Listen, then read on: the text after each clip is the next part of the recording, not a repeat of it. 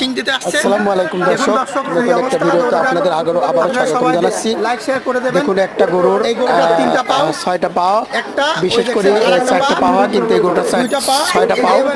দেখুন দর্শক, আপনারা দেখতে পাচ্ছেন গরুটার এই যে পাওটা আপনারা দেখাচ্ছি।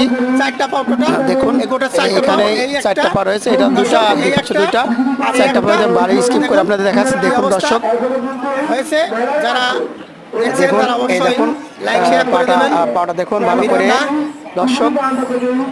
এই দেখুন দেখাচ্ছি এই যে পা, 4টা পা এখানে রয়েছে এবং এখানে ঝুলে আসার একটা পা। এই যে পা, এই দেখেন পা।